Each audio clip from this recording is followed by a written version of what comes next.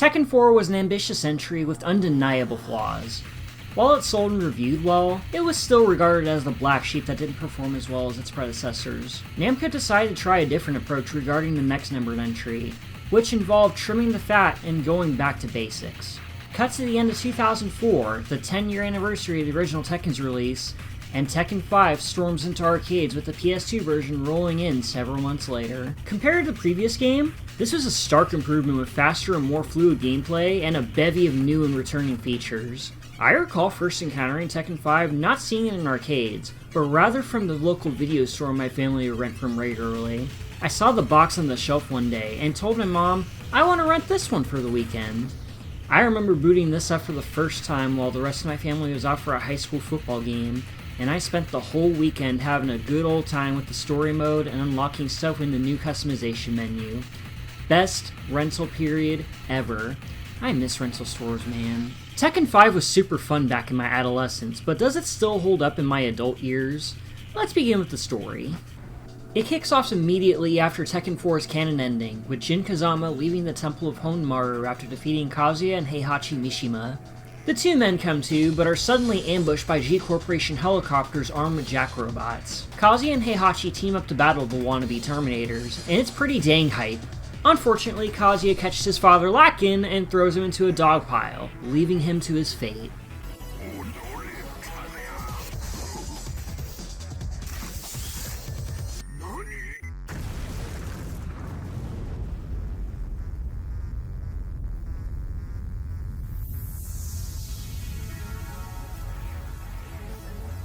Heihachi Mishima is dead.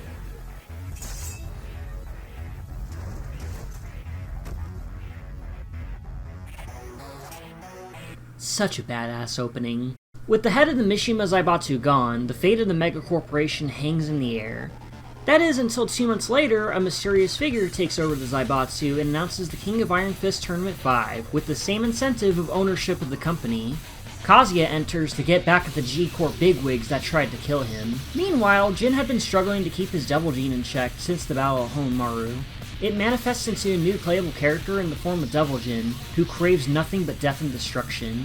With an unknown voice in his nightmares telling him things that trigger the transformation, Jin enters Iron Fist 5 to find a way to rid himself of his cursed lineage. Many fighters new and old enter the tournament for their own reasons, but I'll focus on the newcomers for the sake of time. Raven is a mysterious agent of an unknown organization who infiltrates the competition to gather information. Feng Wei is a Chinese Kenpo master who craves absolute power to the point that he killed his master for fighting outside the school grounds. He's looking for the God Fist Scroll, a text that grants whoever reads it the secrets of his martial art, and he enters the tournament when he learns it's in possession of the Mishima Zaibatsu. During his time trashing dojos in China and Japan, he hospitalized the father of a rowdy rabble-rouser named Asuka Kazama. She's the cousin of Jin and the niece of Jun, who learned the latter's fighting style to beat up troublemakers. She joins Iron Fist 5 when she learns the man who hurt her father will be there. Jack 5 is a humanoid robot manufactured by G Corporation who is dispatched as a field test. Ever since Tekken 2, Roger started a family and now has a wife and child. But after strange men take him away, the two kangaroos join the tournament as Roger Jr., with the mother doing all the fighting. I'm no parent, but you probably shouldn't have a kid in your pouch while you're fighting. The stage is set for the King of Iron Fist Tournament 5, and the gameplay has undergone a metamorphosis of sorts. Tekken 5 aims to undo the mistakes of its predecessor and bring back the fast-paced fluid fighting the series is known for. As always, you have 2 punches and kicks, sidestepping, and the 2 universal throw commands, like, for real this time. The position Swift Command is gone, along with the uneven stage layout and ceilings. Walls are still here, and you still can knock foes into them, but wall combos are nowhere near as lethal as they were in Tekken 4, and can be defended against as well. Returning since their omission in the last game were infinite stages with no boundaries to hold you back. That and the return of cohesive juggle combos and multi-hit hit strings make Tekken 5 so fun to play. The control is much tighter than before, letting you jump and crouch easier and actively work to get your Z-axis movement going. And landing and defending from assaults feels so satisfying. One could argue that Tekken 5 doesn't add or innovate anything in terms of gameplay, but that's its whole mission statement. It's a return to form for the series, and one of the best entries since Tag Tournament. The presentation is a step up from before, incorporating more lifelike graphics on character models and stages. Everyone looks clean and crisp with fluid movements all around. The The stages have this neat effect where landing hard on the ground cracks it, selling the hard knockdown effectively. There's a bunch of great stages to choose from that vary in themes and colors.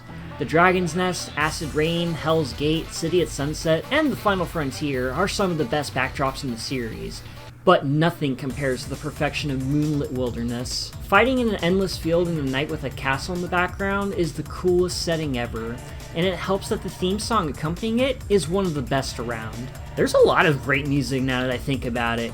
There's so many catchy tunes that are fun to listen to. I think Tekken 5 has one of the best OSTs in the series. Even the character select theme is a bop. How do you do this? In terms of the characters, there's a whopping 30 to choose from. 32 counting the palette swaps Eddie and Panda. Most of the cast from Tekken 4 return with expanded move pools and their own ways to dish out the pain. We also have a bunch of returning characters missing from 3 and 4, including Anna Williams, Baek Do-san, Bruce Irvin, Wang Jinrei, Ganryu, and Mukujin. These are all awesome inclusions who fit in perfectly with this innovative battle system. All the new characters stand out as well. Raven uses a stylized variant of ninjutsu that you would see in the movies. He's pretty cool. Blade would be proud of this guy. Feng Wei uses Kenpo to overpower and outmaneuver the opposition. He's the epitome of a classic kung fu movie and has some sick moves. Asuka Kazama uses the evolved fighting style of her aunt Jun Kazama. While she is a stand-in for June, Asuka is her own character with a fun and spunky personality. Roger Jr. is the mother-son duo that brings the Boxing Kangaroo gimmick back to the series, and it's just as goofy as ever. Devil Jin is the alter ego of Jin Kazama when the Devil Gene takes over. He takes his old style from Tekken 3 with several devils flying and laser moves from 2, as well as some new tools to play with. While playing Devil Jin is fun, I gotta say, his design is too try-hard edgelord for my taste. Also, that laugh sounds kind of familiar. You win.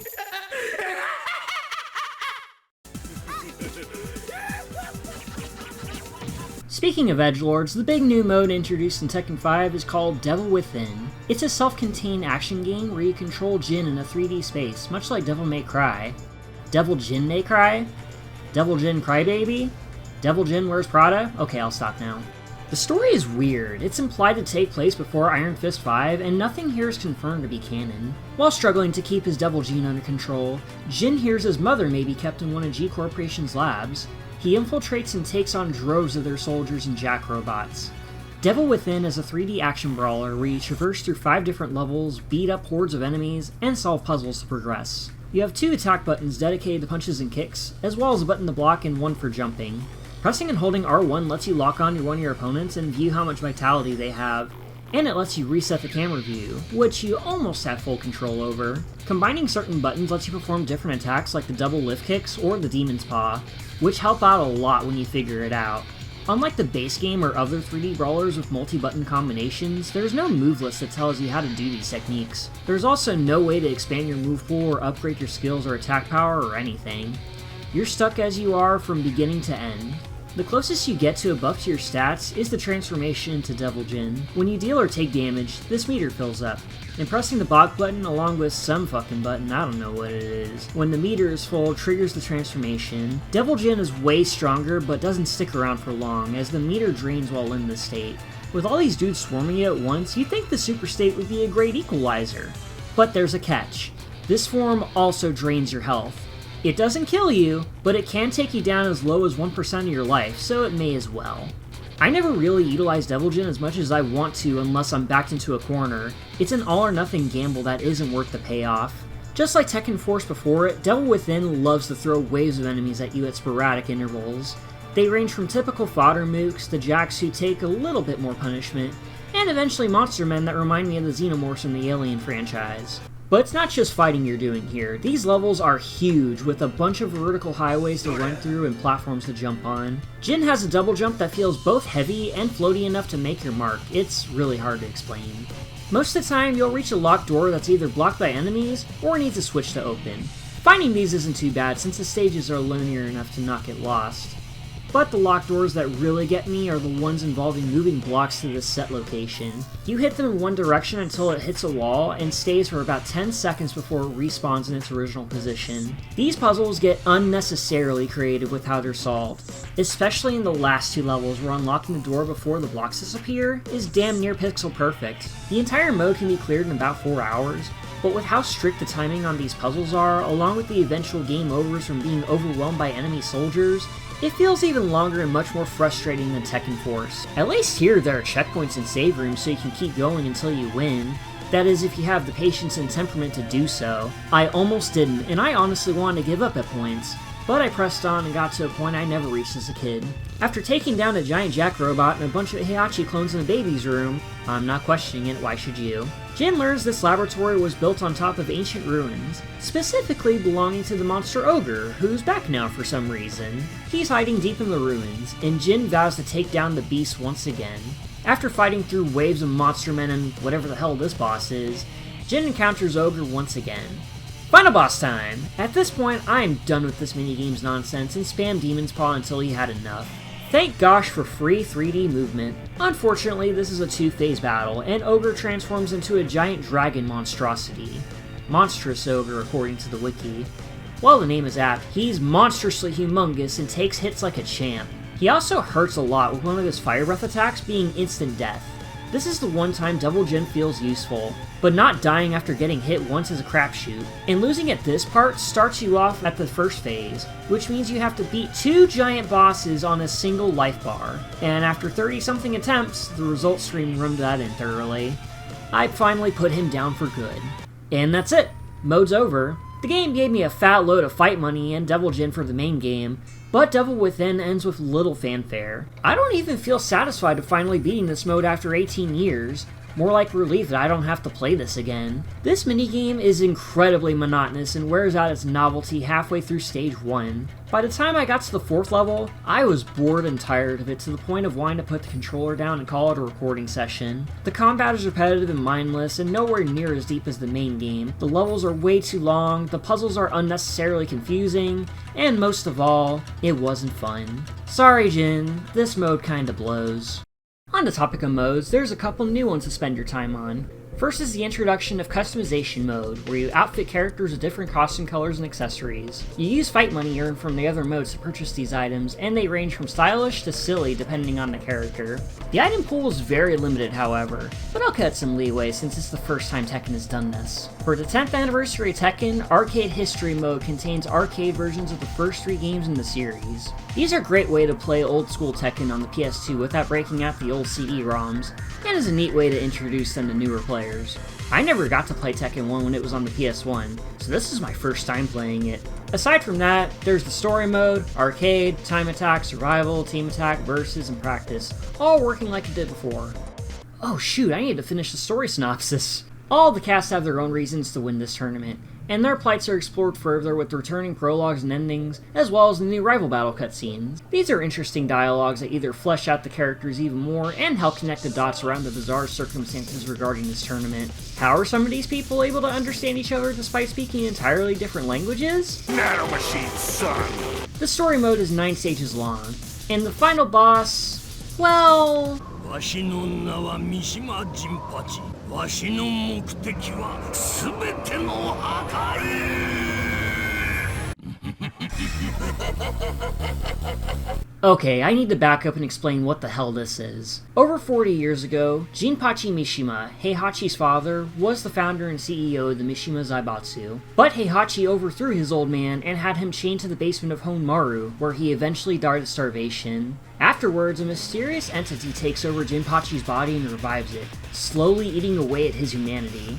And the explosion on the temple freed the monster in the basement. With his last act of consciousness before the demonic force takes over completely, Jinpachi sent a letter to his best friend Wang Jinrei and announced the tournament, hoping a strong warrior would end him. Jeez, Heihachi really screwed us on this one.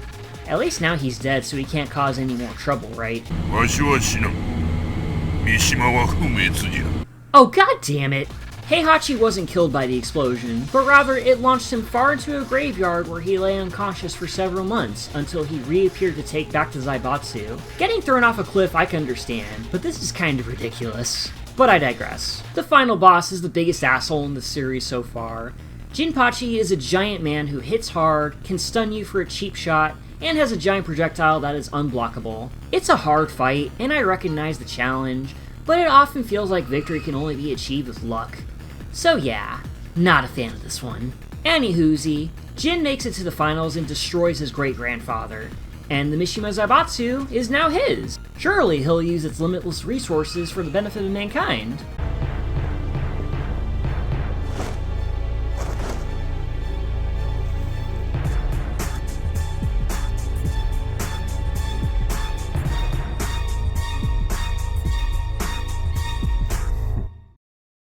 Tekken 5 is still a blast to play through. It has some annoying things like the frustrating final boss and the double within mode being too repetitive, but the positives far outweigh the negatives. The gameplay is back to its roots with fast and frantic combat, the characters are fun and dynamic, the customization adds a layer of personality, the stages are awesome, and the music is fantastic. It's not the most innovative game in the series, but it didn't need to be. It's just some good-ass Tekken. Thank you, TCC, for coining that phrase. But Namco wasn't done yet, or Namco Bandai, I should say, as in 2006 they put out a new version of Tekken 5 with the subtitle Dark Resurrection that would eventually hit the PlayStation Portable. It's the same as before, but with some new characters, stages, and balance tweaks that make it the more definitive version. First up is Sergei Dragunov, a mute soldier at Spetsnaz who enters the tournament to capture Double Jin and harvest his powers for the Russian military. Emilia de Rochefort, or Lily for short, is the spoiled daughter of a French oil tycoon who got a taste for fighting after an attempted kidnapping. She enters the tournament to help her father's business from collapsing. And the last newcomer is... Armor King? Wait, didn't Marduk kill him in Tekken 4? The dude never speaks, so his whole motive is shrouded in mystery. The PSP port has most of the features the PS2 version had, minus Devil Within and arcade history, but it included new story routes for the 3 newcomers, a bunch of new customization items, and the return of Tekken Bowl. It's the simple things in life. There's also the dojo mode, where you fight a gauntlet of ghost control characters, increasing your fighter rank and earning money. Dark Resurrection is every bit as fun as the vanilla version and then some. And I'd argue this is the best version of the game you can get your hands on, but it doesn't stop there. In 2007, the latest version of Dark Resurrection dropped on the PlayStation 3.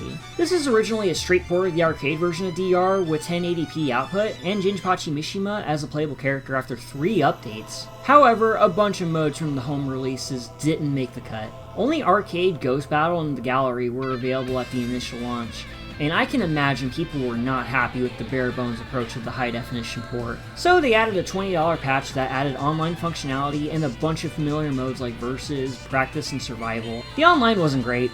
In fact, it was pretty bad, with lag plaguing every match I had played when it was still live. While it is cool to play Dark Resurrection on the PS3 with friends, or getting in a few solo matches, it pales in comparison to the PSP version in terms of extra modes and a story mode worth a damn. Heck, I'd say the PS2 version is the better deal. Overall, Tekken 5 and all its iterations were a critical success for Namco, undoing the damage Tekken 4 had done. It's a simple, yet very effective title that brought back the series as the top dog in the fighting game space that wasn't Mortal Kombat. It's one of my favorite entries in the series, and one I can always go back to without a problem. Next time in the Tekken retrospective, we're heading fully into the 7th generation of consoles, and into the next evolution of the big 3D brawler. Until then, thank you all for watching, and have an awesome day. You win.